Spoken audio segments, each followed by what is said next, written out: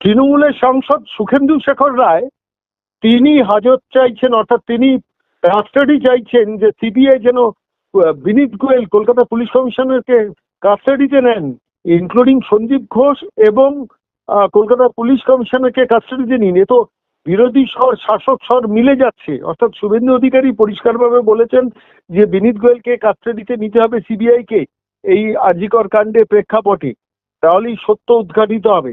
ঠিকই একই সঙ্গে সুখেন্দু শেখর রায়, যিনি তৃণমূলের রাজ্যসভার সাংসদ, তিনিও টুইট করে একই ডিমান্ড করছেন। পেছনের গেম প্ল্যানটা কি আমি খুব সংক্ষেপে আপনাদের কাছে বলবো। অনেক গভীর রাতে এই মেসেজ পাওয়ার পর আমার মনে হলো এটা বাংলা বার্তা দর্শকদের জানা দরকার। তিনটে কারণ হতে পারে।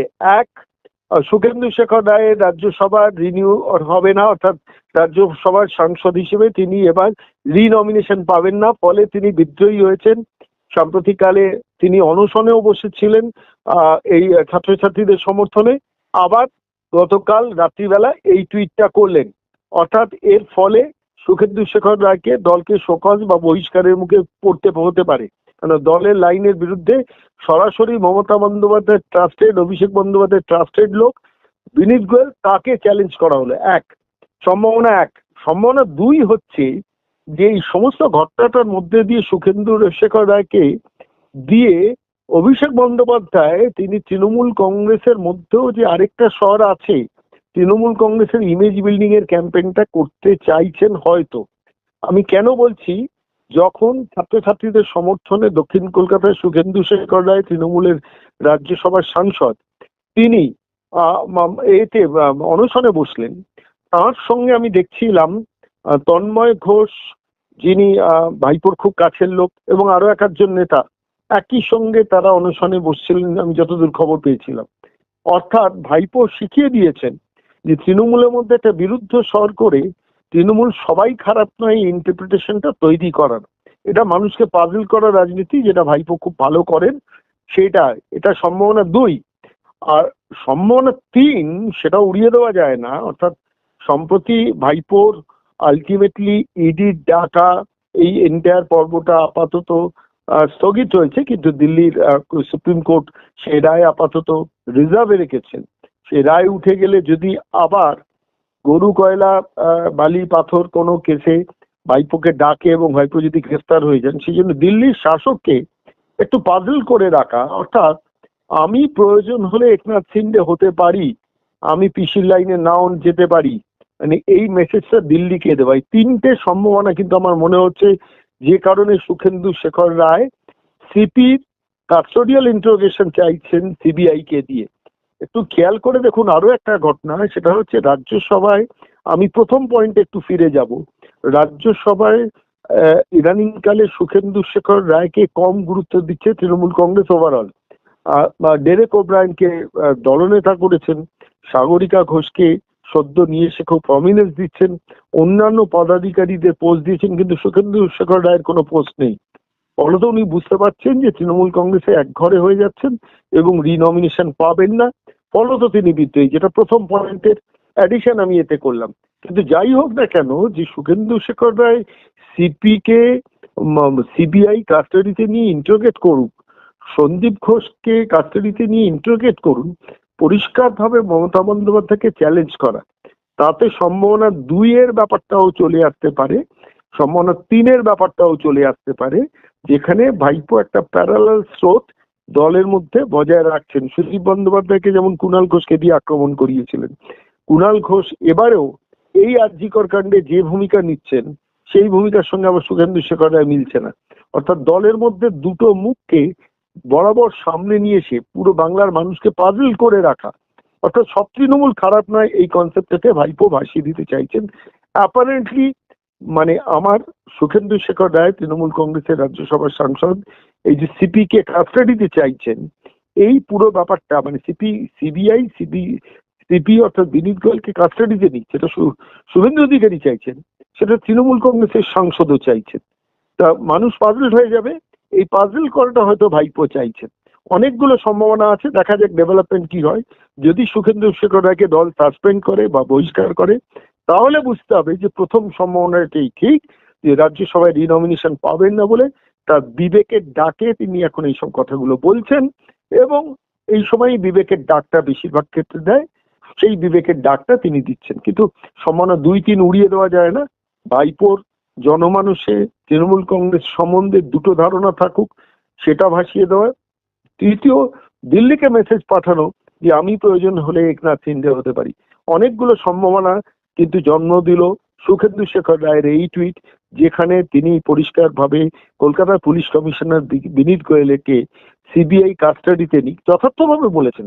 দাবিটা ন্যায্য, এটা তো আমরাও বলছি, এবং সারা বাংলা, সারা ভারত, সারা পৃথিবীর মানুষ বলছে যে এই কালপিট কনস্পিরেটর কিন্তু কনস্পিরেসির মধ্যে কিন্তু বিনীত গোয়েল আছে। অর্থাৎ এই সমস্ত তথ্য প্রমাণ লোপাট থেকে শুরু করে সমস্ত মানুষকে গুলিয়ে দেওয়া, এই আরজিকরে রাত দখলের রাতে হুলিগানদের ঢুকে যাওয়া, পুলিশকে নিষ্ক্রিয় করে রাখা, এন্টায়ার কনস্পিরেসির মধ্যে বিনীত গোয়েল লোকটি আছে। ফলে সুখেন্দু শেখর রায়ের দাবিটা ভুল নয়, কিন্তু কেন তুললেন সেই ব্যাখ্যাটাই করলাম 3টে সম্ভাবনা নিয়ে। এবং আজকের দিনে যার দাঁড়িয়ে যে পরিস্থিতি দাঁড়িয়েছে, যে এন্টায়ার ঘটনাটা একটু একটু একটু আমি ফ্ল্যাশব্যাকে চলে যাচ্ছি। গতকাল কি ঘটলো আপনারা জানেন। সন্দীপ ঘোষ, ডাক্তার সন্দীপ ঘোষ, মমতা বন্দ্যোপাধ্যায়ের ব্লু আইড বয়, তাকে প্রায় 13 ঘন্টা জিজ্ঞাসাবাদ করে শেষ পর্যন্ত সিবিআই ছেড়েছে।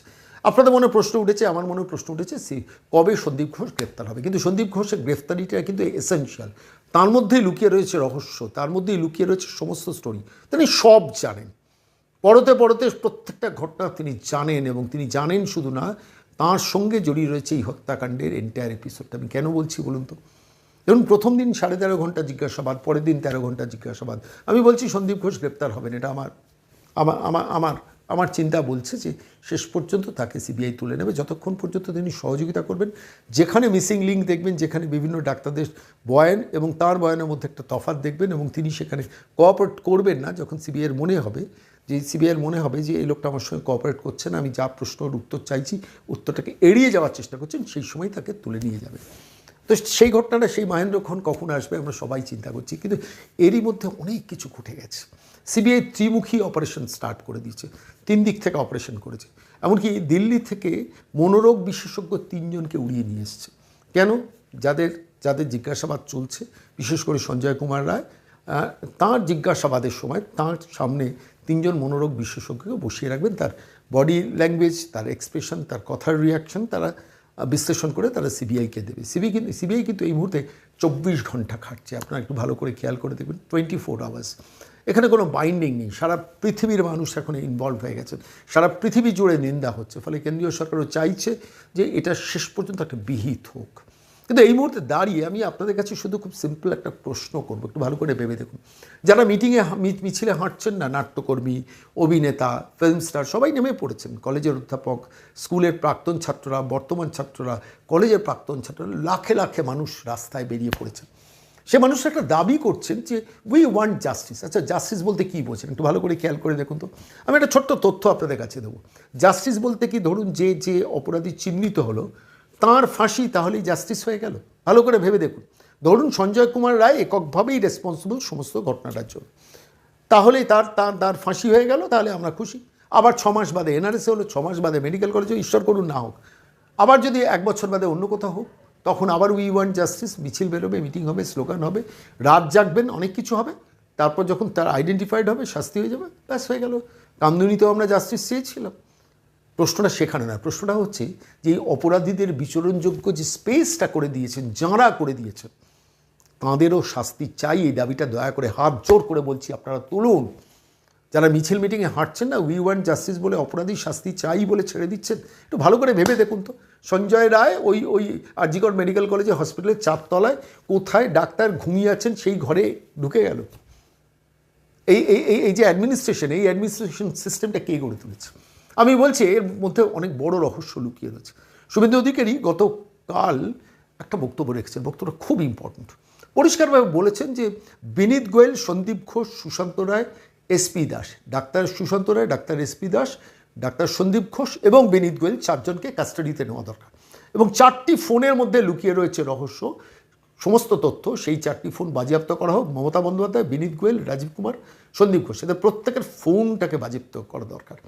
যা স্পষ্ট কথা, সত্যি কথা, সেটা সরাসরি বলেছেন। আমি আপনাদের কাছে শোনাবো যে শুভেন্দু কি বলেছেন এক্স্যাক্টলি ভালো করে একটু মনোযোগ দিয়ে শুনুন।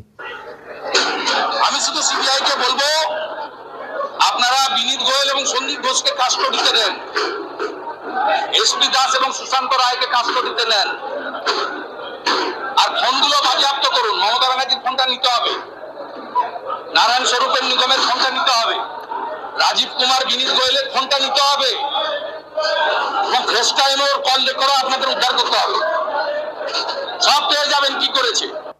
দেখুন তিনি দাবি করেছেন সিবিআইয়ের কাছে, এগুলো দাবি করেছেন যথেষ্ট যুক্তিসঙ্গত দাবি। আমি কেন বলছি, ধরুন যে হত্যাকাণ্ডটা সংগঠিত হয়েছে সেটা এককের দ্বারা হত্যাকাণ্ড নয়। যে কন্যাটি মারা গেছেন তার মাকে গিয়ে রাজ্যের মুখ্যমন্ত্রী বলতে গিয়েছিলেন আমরা তো দোষীকে ধরে দিয়েছি, তখন তার মা প্রতিবাদ করে বলেছেন এটা এককের কাজ নয়, এটা একাধিক ব্যক্তির কাজ। তখন বলেছেন হ্যাঁ হ্যাঁ হ্যাঁ ঠিকই তো, আমারও তো সেটা মনে হচ্ছে। খাওয়াতে গিয়েছিলেন, একা মেরেছে সঞ্জয় রায়। পরবর্তীকালে তার মা যখন প্রতিবাদ করেছেন এই বিনীত এটা দেখো তো, এটা আমারও মনে হচ্ছে, অর্থাৎ মা বলার পর মুখ্যমন্ত্রীর মনে হচ্ছে। গল্পটা বুঝেছেন তো? তাহলে স্পট মানে প্ল্যানিংটা কি, প্লটটা কি, অর্থাৎ যেন তেন প্রকারেণও হাসাপ করার চাপ চেপে যাওয়ার একটা পরিকল্পনা প্রথম থেকে ছিল। আমি আপনাদের বলছি 4টে ফোনের কথা কেন ইম্পর্টেন্ট, আমি এবার একটু সংক্ষেপে ব্যাখ্যা করছি কেন ইম্পর্টেন্ট। দেখুন হত্যাকাণ্ড সংগঠিত হওয়া একটা পর্ব, কিন্তু তারপর থেকে যা যা ঘটনা ঘটেছে, ডেড বডি ছিনতাই করা, ডেড বডি জোর করে বাবা মার বিনা অনুমতিতে নিয়ে দৌড়ে নিয়ে গিয়ে দ্রুত সৎকার করানোর ব্যবস্থা করা, এই পর্ব থেকে যে এন্টায়ার এপিসোডগুলো একটার পর একটা ঘটছে, সন্দীপ ঘোষকে রিজাইন করিয়েও তিনি রিজাইন করলেন, সঙ্গে সঙ্গে তাকে আবার রিইনস্টেট করা, এই সমস্ত কিছুর মধ্যে লুকিয়ে রয়েছে বৃহত্তর প্লটটা। এই প্লটটা কিন্তু ইনভেস্টিগেটেড হওয়াটা ভীষণ জরুরি, যার জন্য শুভেন্দু বলেছেন যে মমতা বন্দ্যোপাধ্যায়ের ফোনটা নেওয়া দরকার। প্রথম দিন খেয়াল করুন, যেদিন যে বৃহস্পতিবার রাত্রে যখন মেয়েটি মানে শেষ পর্যন্ত মারা গেল, খুন হলো, তাকে খুন করা হলো, শুক্রবার দিন রাত 2টো পর্যন্ত জেগেছি বলেছেন মমতা বন্দ্যোপাধ্যায়। আবার রাত দখলের রাত যেদিনকে 14ই আগস্ট রাত, সেদিনকে ভোর 4টে পর্যন্ত জেগেছে। অর্থাৎ তাঁর সঙ্গে কথা হয়েছে বিনীত গোয়েলের, তাঁর সঙ্গে কথা হয়েছে বাকিদের।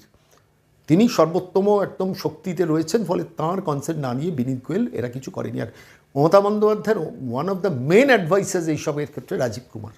ফলে রাজীব কুমার, বিনীত গোয়েল, সন্দীপ ঘোষ, মমতা বন্দ্যোপাধ্যায় 4 জনের ফোন, তাঁদের কথোপকথন এইটা যদি ইন্টারসেপ্ট করতে পারে, কোনোভাবে বার করতে পারে, সেখান থেকেই বেরিয়ে যাবে এই বৃহত্তর প্লটটা। অর্থাৎ সাপ্রেশনটা কেন, একটা তথ্যকে সাপ্রেস করার চেষ্টা, পেছনের কারণটা কি। এই যে রাজ্যগড়ের মধ্যে লোক লুম্পেনদের ঢুকিয়ে দেওয়ার পেছনে কারণটা কি, যাতে বৃহত্তর সমাজে যে গণ আন্দোলন হচ্ছে সেটা মানুষ যাতে দেখতে না পায়। এই যে কনস্পিরেসি, এই কনস্পিরেসির মধ্যে তো মমতা বিনীতের বারবার কথোপকথন হয়েছে, ফলে তাদের ফোনটা সেভ করাটা, ফোনের বয়ানগুলোকে, রেকর্ডগুলোকে বার করাটা খুব খুব ইম্পর্টেন্ট। এবার শুভেন্দু যেটা বলছেন যে বিনীত গোয়েল এবং সন্দীপ ঘোষকে কাস্টাডিতে নেওয়া দরকার, এটা কেন জরুরি আমি আপনাদের খুব সংক্ষেপে ব্যাখ্যা করছি। যে বিনীত গোয়েলের রেজিগনেশন ডিমান্ড করেছেন ছাত্র সমাজ। আমি বলছি বিনীত গোয়েল কিন্তু এই কনস্পিরেসির কনস্পিরেটর। আমি কেন বলছি খুনের নয়, আমি বলছি এই তথ্য লোপাটের কনস্পিরেসি। দেখুন পরপর শুভেন্দু একটা টুইট করেছেন, আমি টুইটটা পড়ছিলাম, সেখানে একাধিক তথ্য, একাধিক প্রশ্ন করেছেন। যে বেসিনে রক্তমাখা হাত ধুয়েছেন সে বেসিনটাকে রিপ্লেস করা হয়েছে, ভিসারের রিপোর্ট চেঞ্জের কথা বলা হয়েছে, একাধিক বিষয় বলেছে, প্রত্যেকটা পয়েন্ট কিন্তু ইম্পর্টেন্ট। তথ্য তো বেসিক্যালি তথ্য লোপাট করার কাজটা কলকাতা পুলিশ করেছে, তো অস্বীকার করে লাভ নেই। বিনীত গোয়েল যতই বলুন আই এম অ্যাংরি, তার ওই কথাবার্তার মধ্যেই বেরিয়ে গেছে যে he has been caught red handed. বাংলার মানুষ তাকে ধরে ফেলেছে যে কনস্পিরেসিটা কি, আরজিকর মেডিকেল কলেজ হসপিটালে রাত দখলের রাতে যে ধ্বংসলীলা চলেছিল, সেই দিন কলকাতা পুলিশ ওই হসপিটালের ভেতরে গিয়ে মহিলা নার্সিং স্টাফেদের বাথরুমে গিয়ে লুকিয়েছিল, অভিনয় ছিল, ভণ্ডামি ছিল, এবং with the consent of this gentleman Vineet Goel কম্বল চেয়েছিল আমি রুগী সাজবো, অর্থাৎ দেখানো যে দেখো দেখো দেখো দেখো আমাদের ওরা মারছে।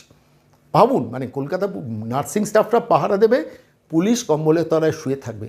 ন্যাকামি নয় আপনি বলুন তো?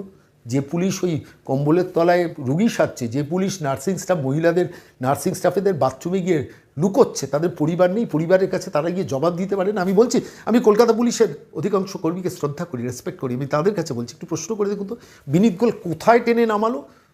কয়েকশো র্যাফ ছিল, সে র্যাফ কোথায় গিয়েছিল?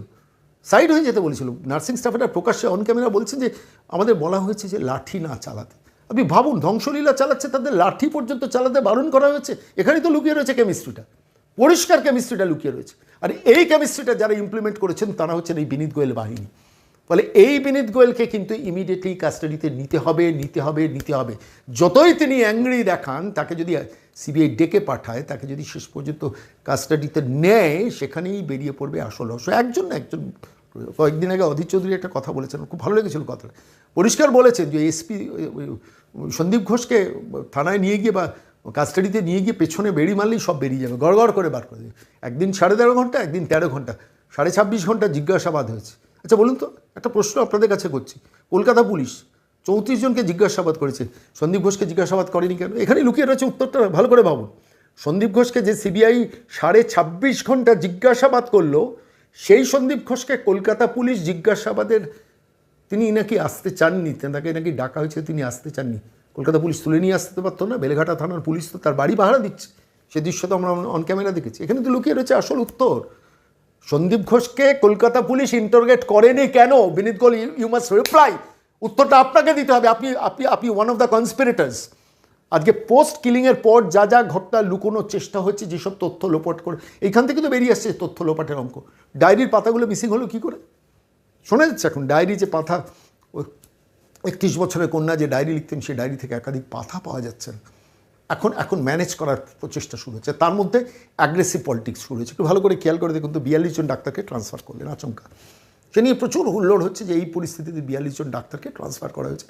প্রতিবাদে ডাক্তাররা সোচ্চার হয়েছে, বৃহত্তর গণমাধ্যম সোচ্চার হয়েছে, সাংঘাতিকভাবে মানুষ ফুঁসে উঠেছে, এমনকি ডাক্তার নন যারা, তারা বেশি ফুঁসে উঠেছে। নিজের পছন্দ মতো ঠিকঠাক যারা ছাত্র আন্দোলনকে সমর্থন করেছেন, সেই অনুযায়ী তাদের পোস্টিং রিশাফল করা হয়েছে, এমন অভিযোগ উঠেছে।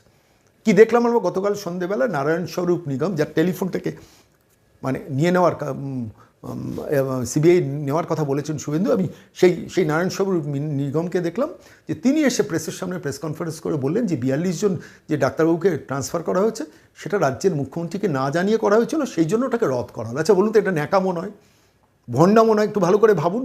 এ রাজ্যের স্বাস্থ্যমন্ত্রীর নাম কি? মমতা বন্দ্যোপাধ্যায়। এইরকম একটা স্বাস্থ্য দপ্তর নিয়ে টালবেটাল অবস্থা চলছে, তার মধ্যে 16 অগস্ট সার্কুলার বেরোলো, যে সার্কুলারে 42 জন ডাক্তারকে ট্রান্সফার করা হলো বিভিন্ন জায়গায়, সেখানে নাকি এ রাজ্যের স্বাস্থ্যমন্ত্রী জানতেন না। কেউ বিশ্বাস করবেন? আমি বলছি কোনো একটা বাচ্চা ছেলেকে বলুন, সেও বিশ্বাস করবে না। সেটা নারায়ণ স্বরূপ নিগম খাওয়াচ্ছেন, একজন আইএস অফিসার। কেন? পড়াশোনা শিখেছে। গোলামির এই লেভেলে নামিয়ে দিয়েছেন একজন আইএস অফিসার হিসেবে। সবাই জানেন যে মমতা বন্দ্যোপাধ্যায়ের নির্দেশক্রমেই এদের ট্রান্সফার হচ্ছে। এবার বিপদে পড়ে বলছেন আমি তো জানি না। এখানে তো লুকিয়ে রয়েছে আসল কনস্পিরেসিগুলো। 42 জন ডাক্তারকে ট্রান্সফার। আপনি আজিকর মেডিকেল কলেজ হসপিটালের সামনে কোনো ধর্না, জমায়েত, মিছিল কিচ্ছু হতে দেবে না। ভালো, খুব ভালো কথা বলেছেন। প্রশ্নটা হলো যে সেদিনকে রাত্রিবেলা র্যাফ পাহারা দিতে পারেনি কেন? তার প্রশ্নের উত্তরটা কে দেবে? এখন কঠোর হওয়ার, আমি কত বড় অ্যাডমিনিস্ট্রেটর এটা হওয়ার চেষ্টা করছেন। আমি ছাত্র সমাজকে বলছি, বিনীত গোয়েলকে মানে ওই পোস্ট থেকে নামানোর দায়িত্বটা কিন্তু বাংলার বৃহত্তর সমাজ ডিমান্ড করছে। আপনারা যে ডিমান্ড করছেন, এবং এই শেষ পর্যন্ত বিনীত গোয়েলকে সিবিআইকে নিতে হবে কাস্টাডিতে, তাহলে এই সমস্যার সমাধান কিন্তু হবে না। আমি দেখুন একজন মানুষকে খুব অপছন্দ করি ব্যক্তিগতভাবে, সেটা আমার ব্যক্তিগত অভিরুচির ব্যাপার। এ রাজ্যের রাজ্যপাল সিবি আনন্দ বোস, কিন্তু তিনি একটা পোস্ট করেছেন, আমি দেখলাম। সে পোস্টে একটা দাবি খুব রেলিভেন্ট, একটু ছাত্র সমাজ একটু ভেবে দেখবেন। পরিষ্কার বলছেন যে ডাক্তারদের কনফিডেন্স ফিরে আনার জন্য আপাতত বেশ কিছুদিন সেন্ট্রাল ফোর্স ডিপ্লয়মেন্ট করতে হবে, সমস্ত হসপিটালগুলোকে সেন্ট্রাল ফোর্সের আওতায় নিয়ে আসতে হবে, এবং স্বাভাবিকভাবে রাজ্য সরকারকে তার খরচ বহন করতে হবে। দাবিটা সঠিক কিনা একটু ভালো করে ভেবে দেখুন। আপনার বিনীত গোয়েলকে আর বিশ্বাস করতে পারবেন? আপনার রাজীব কুমারকে আর বিশ্বাস করতে পারবেন? কলকাতা পুলিশকে আর বিশ্বাস করতে পারবেন? যারা ওইভাবে মৃত্যুর মুখে দাঁড়িয়ে নার্সিং স্টাফেরা লড়েছেন, সেদিনকে যে কোনো নার্সিং স্টাফের মৃত্যু ঘটতে পারত, তারা এই কলকাতা পুলিশকে আর বিশ্বাস করতে পারবেন? আবার ন্যাকামো করে আলাপন বন্দ্যোপাধ্যায় মুখ্য উপদেষ্টাকে সারফেসে নিয়ে আসছেন। ইনিয়ে বিনিয়ে খুব সুন্দর বাংলায় বলতে পারেন তো, বলছেন আমরা এখন রাত্রিরের সাথী অ্যাপ ব্যবহার করছি। দূর মশাই, রাত্রিরের সাথী দিনের সাথী হতে পারে না, রাত্রিরের সাথী। অ্যাপ ব্যবহার করে বলবেন যে পুলিশ কম্বলের তলায় লুকোচ্ছে, অ্যাপ ব্যবহার করে বলবেন যে পুলিশ নার্সিং স্টাফরা বলবেন যে আমাদের বাথরুমে গিয়ে পুলিশ লুকিয়েছে, বলবেন এটা? কেন এইসব ভণ্ডামি করছেন? অভিনয় কেন করছেন? কিসের জন্য করছেন? এক্স মিলিটারি পার্সোনালদের হাতে প্রত্যেকটা সার্ভিস সিস্টেমকে দিয়ে দিতে হবে। সমস্ত দাদা দিদির লোক ঢোকে, রোগী কল্যাণ সমিতির নেতাদের কোটায় বরাদ্দ করার ঠিকাদাররা, তারা সিকিউরিটি সিস্টেমটাকে ছিনতাই করে নিয়েছে। সমস্ত সিকিউরিটি সার্ভিসে যত লোকজন ডিপ্লয়েড হয় না, সমস্ত হচ্ছে দাদা দিদির লোক। আমি একদম দায়িত্ব নিয়ে বলছি, আমি খুব আমাদের অফিসের খুব কাছে স্বাগতত্ব হসপিটাল, কোন দাদার কোন দিদির কতজন লোক ওখানে সিকিউরিটি সার্ভিসের মধ্যে আনট্রেন্ড লোককে টুল পেতে বসিয়ে রেখে দেওয়া হয়। যে কোনো সময় হসপিটালের ডাক্তার নার্সিং স্টাফরা আক্রান্ত হয়ে যেতে পারে, কেউ কিচ্ছু করতে পারবে না। আবার এখন বলছেন পুলিশ দিয়ে রাত্রিবেলা পেট্রোলিং হবে, সবাইকে গলায় আই কার্ড ঝোলাতে হবে। আচ্ছা বলুন তো, আলাপন বন্দ্যোপাধ্যায় এই কথাগুলো যখন, আলাপন বন্দ্যোপাধ্যায় আমার সহপাঠী ছিলেন, ভাবতে কষ্ট লাগে যে আজকে এই বয়সে এসে দাঁড়িয়ে এই লোকটাকে দিয়ে মমতা বন্দ্যোপাধ্যায় এইসব ডায়লগগুলো পাচ্ছেন। ভালো লাগছে না, বিশ্বাস করুন। 31 বছরের কন্যার প্ল্যানটা আপনারা ফিরিয়ে দিতে পারবেন না, তার বাবা মাকে, এই বাংলাকে ফিরিয়ে দিতে পারবেন না। আর এখন বলছেন গলায় ম্যান্ডেটারি সমস্ত পরিচয়পত্র নিয়ে ঘুরতে হবে। ধরুন সঞ্জয় রায় পরিচয়পত্র নিয়ে ঘুরলো, তাকে আটকাবে কে? ওই যে সিভিক ভলেন্টিয়ারটাকে আটকাবে কে? কেন যারা বসে থাকবে, টুল পেতে বসে থাকবে, তারা তো সব দাদা দিদির কোটার লোক, শান্তনু সিনহা বিশ্বাসের লোক। যে সঞ্জয় রায়, তাকে তো স্যালুট ঠুকবে। আবার তো ওই কন্যারা আক্রান্ত হতে পারেন, ওই নার্সিং স্টাফরা আক্রান্ত হতে, কেন এই ভণ্ডামি, কেন এই অভিনয়গুলো করছে? বিশ্বাস করুন ভালো লাগছে না, আর যন্ত্রণাটা নিতে পারা যাচ্ছে না। আপনাদের কার কি ভালো লাগছে জানি না, কিন্তু এই মুহূর্তে দাঁড়িয়ে 31-এর কন্যার জীবন ফিরে আসবে না। কিন্তু আমি বলছি, যারা মিছিল করে না ওই উই ওয়ান্ট জাস্টিসে শুধু অপরাধী শাস্তি চাইছেন, ভুল করছেন। আমি দেখছিলাম কিছু অভিনেতা বলছেন, আমরা তো মিছিলে মারছি অপরাধীর শাস্তির জন্য। আরে অপরাধী আজকে শাস্তি পাবে, কালকে আবার একটা অপরাধ হবে। সিস্টেমের স্ট্রাকচারটাকে বদলাতে হবে। কোনো পুলিশ, কলকাতা পুলিশকে যে জায়গায় বিনীত গোয়েল টিম, রাজীব কুমারের টিম নামিয়ে দিয়েছেন না, আমি বলছি এটা সংশোধন হবে না। আপনি দেখছেন না রাজীব কুমার সেনকে দাঁড়িয়ে যখন ওই র্যানস্যাক হলো, হুলিগানিজম হলো আরজি কর হসপিটালে, আই এম অ্যাংরি, ধরা পড়ে গেছেন না, ধরা পড়ে গেছেন বলে আই এম অ্যাংরি অভিনয় করছেন। শুনছিলাম রাজীব কুমার নাকি বলেছেন যে ডোন্ট বি এক্সাইটেড, আমি অনেক পথ পরিক্রমা করেছি, আমি কখনো প্রেসের সামনে মুখ খুলিনি, তুমি কেন প্রেসের সামনে মুখ খুলেছ? আসলে এই সব পুলিশ অফিসারদের দিয়েই এই সমস্ত কিছুকে সাজানো হয়েছে। আমি শুধু বাংলা বার্তার দর্শকদের কাছে আজকে বলবো একটা কথা, যে মমতা বন্দ্যোপাধ্যায়ের দফা 1 দাবি 1, মমতার পদত্যাগ, এই স্লোগানটাকে জোরালো করুন। বিনীত গোয়েলকে কাস্টাডিতে নিতে হবে, স্টেপ ডাউন করাতে হবে। কিন্তু দেখে রাখবেন, আপনারা মিলিয়ে নেবেন, কয়েকদিনের মধ্যে বিনীত গোয়েলকে অন্য পদে মমতা বন্দ্যোপাধ্যায় সরিয়ে দেবেন।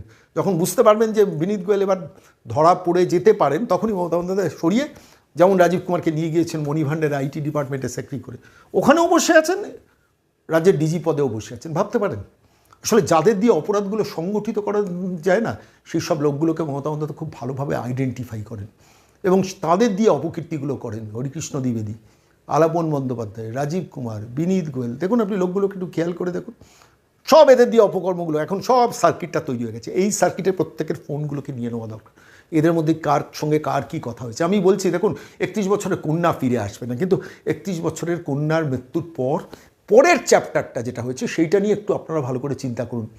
31 বছরের কন্যার জীবন আর ফিরে আসবে না, সেই কন্যার অপরাধী নয়, কোনো না কোনোভাবে শাস্তি পাবে, তার হয়তো ফাঁসি হবে কিংবা যাবজ্জীবন হবে, কিছু না কিছু হবে, সেটা তো একটা দিক। তো তারপরের এপিসোডটা নিয়ে একটু বাংলা ভাবুক, আমি ভারতবর্ষ ভাবুক। আমি বলছি এই পার্টটা নিয়ে আপনারা ভাবুন যে কী ছিল মমতা বন্দ্যোপাধ্যায়ের ভূমিকা, কেন বডি ছিনতাই করা হয়েছিল, কেন বডি দ্বিতীয়বার পোস্টমর্টমের জায়গা দেওয়া হলো না, কেন তার বাবা মাকে 3 ঘন্টা ধরে ওখানে বসিয়ে রাখা হয়েছিল, কেন তার বাবা মাকে প্রিন্সিপাল বলেছেন, ওই বদমাইশটা, শয়তান ক্রিমিনালটা সন্দীপ ঘোষ বলেছেন, কথা বলতে হলে আমার ঘরে এসে কথা বলতে পারবে। ভাবুন তো, যার মেয়ে চলে গেছে, তার বাবা মাকে বলা হচ্ছে প্রিন্সিপালের সঙ্গে কথা বলতে গেলে প্রিন্সিপালের ঘরে গিয়ে কথা বলতে হবে। হসপিটালে একটি মানুষ এই পরিবারটার পাশে গিয়ে যায়নি। রাজ্যের মুখ্যমন্ত্রী গেছেন, 10 লাখ টাকা তো আমি নিয়ে গিয়ে 10 লাখ টাকার অফার তো আমি দিতাম, স্যালুট মা, আপনি বলেছেন আমাদের টাকা দরকার নেই, মেয়েটাই তো চলে গেল। ঠিক সেই পরিস্থিতিতে দাঁড়িয়ে আমি বলছি, বাংলার দাবি, ভারতবর্ষের দাবি, সারা পৃথিবী কথা বলছে। নিউ ইয়র্ক থেকে, ক্যালিফোর্নিয়া থেকে, আমস্টারডাম থেকে, লস অ্যাঞ্জেলেস থেকে শুরু করে মেলবোর্ন, সব জায়গা এখন প্রতিবাদে নেমে পড়েছে, সারা পৃথিবীর মানুষ নেমে পড়েছে। গ্লোবালাইজেশন হয়ে যাবে ভাবতে পারেনি। প্রথম দিনই মমতা বন্দ্যোপাধ্যায় চাপতে চেষ্টা করেছিলেন, ওই জন্য বডিটা দ্বিতীয়বার যাতে পোস্টমর্টেম না হয়, দ্রুত গিয়ে সৎকার করিয়ে তারপর বিনীতকে বাঁচানোর চেষ্টা করেছেন, সন্দীপকে প্রাইজ পোস্টিং দেওয়ার চেষ্টা করেছেন। আমি শুধু বাংলা বার্তা দর্শকদের আজকে বলবো, মূল কনস্পিরেটর কিন্তু মমতা বন্দ্যোপাধ্যায়, বিনীত গোয়েলরা। তার কারণ এই ঘটনা ঘটার জন্য আমি বলছি না, এই ঘটনা ঘটে যাওয়ার পরের পর্বটাকে একটু দয়া করে আপনারা অ্যানালাইজ করুন। যারা ছাত্রছাত্রী সমাজ, বাংলার বৃহত্তর জনসাধারণ, ভারতবর্ষের বৃহত্তর জনসাধারণ, চিন্তা করে দেখুন যে একজন রাজ্যের মুখ্যমন্ত্রীর কী ভূমিকা পালন হওয়া ছিল। নিজে নির্লজ্জের মতো মিছিল বার করেছেন, হ্যাঁ, বুকে বাঁধলো না যে কন্যা হয়েছে, সিবিআইকে ফাঁসি দেওয়াতে হবে। সন্দীপ ঘোষকে 26.5 ঘন্টা জিজ্ঞাসাবাদ করেছে সিবিআই, আর কলকাতা পুলিশ তাকে 1 ঘন্টা কেন 5 মিনিটের জন্য জিজ্ঞাসাবাদ করতে পারেনি। তার জবাবটা কে দেবে? এই সিভিক ভলেন্টিয়ারটাকে মানে যারা বড় করেছেন, যদি সিভিক ভলেন্টিয়ার মূল অপরাধী হয়, সেই শান্তনু সিনহা বিশ্বাসকে কেন কলকাতা পুলিশ ইন্টারোগেট করেনি যে এই সিভিক ভলেন্টিয়ারের এই দাপট কী করে হলো, তিনি সাব ইন্সপেক্টর পুলিশের মোটরসাইকেলটা ব্যবহার করেন? হাজার হাজার প্রশ্ন। আমি বলছি বিনীত গোয়েলকে আমার সামনে বসিয়ে দিন না, বসিয়ে দিন, আমি 15টা প্রশ্ন আপনাদের দায়িত্ব নিয়ে বলছি, 15টা প্রশ্ন করবো, একটি প্রশ্নেরও যদি উত্তর দেয় আমি সারা জীবনের মতো কথা বলা বন্ধ করে দেবো, যদি সত্যিকারের উত্তরটা দিতে পারবেন না। আজ পর্যন্ত রাজীব কুমার এই বিনীত গোয়েলের মুখে যে এই ছেলেটি যে সিভিক ভলেন্টিয়ারের কাজ করে এবং ওই পুলিশ ওয়েলফেয়ার বোর্ডের আন্ডারে আছে, কথাটা বলতে শুনেছেন? সেখানেও লুকোনোর অধ্যায় রয়েছে, হাজার হাজার লুকোনোর অধ্যায় রয়েছে। আমি বলছি এই তথ্য কিন্তু মমতা বন্দ্যোপাধ্যায়ের ফোনের মধ্যেও লুকিয়ে আছে, যে কীভাবে তথ্য লোপাটের কাজটা করা হয়েছে। এই তথ্য লুকিয়ে রয়েছে বিনীত গোয়েলের ফোনের মধ্যে আছে, রাজীব কুমারের ফোনের মধ্যে আছে, সন্দীপ ঘোষেদের ফোনের মধ্যে আছে। সেই ফোনগুলোকে কিন্তু সিবিআইকে নিতে হবে। এই ডিমান্ডটাও কিন্তু সবাই মিলে তুলুন, কেন that is the need of the hour. কেন এরপরে মমতা বন্দ্যোপাধ্যায় অপারেশনের রাজনীতি শুরু করবেন, সমস্ত ইউটিউবারদের ডাকতে শুরু করেছেন, মিডিয়া পার্সনদের এবার চমকানো শুরু করে দিয়েছেন, ডাক্তারদের ট্রান্সফার শুরু করে দিয়েছেন, নার্সিং স্টাফেদের এবার ট্রান্সফার করা স্টার্ট করে দেবেন। সাংঘাতিকভাবে অপারেশনের রাজনীতি হবে।